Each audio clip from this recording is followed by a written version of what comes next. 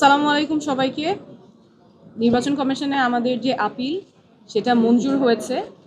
ঢাকা ৯ স্বতন্ত্র প্রার্থী হিসেবে আমি যে মনোনয়নপত্র দিয়েছিলাম, আমার প্রার্থিতা বৈধ ঘোষণা করা হয়েছে। গত এক সপ্তাহে আসলে খুব একটা অন্যরকম অভিজ্ঞতার মধ্যে দিয়ে গিয়েছি। দেশে বিদেশে সবাই অনেক শুভকামনা জানিয়েছেন, অনেক দোয়া করেছেন। যখন রাস্তায় মানুষের সাথে কথা বলছিলাম, অনেকেই হতাশা প্রকাশ করেছেন, কষ্ট পেয়েছেন, বলছেন দোয়া করছেন। তাদের সকলকে ধন্যবাদ।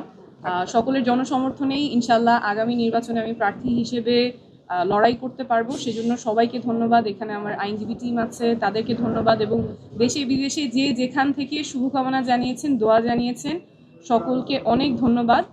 আমরা এখন স্বতন্ত্র প্রার্থী হিসেবে নির্বাচনে যে মার্কা সেটার জন্য আবেদন করতে পারবো। আমরা সেই প্রক্রিয়ায় আমাদের পছন্দ ফুটবল মার্কা, আমরা সেটা নিয়ে আবেদন করব। তারপর নির্বাচন কমিশনের সিদ্ধান্ত থাকবে।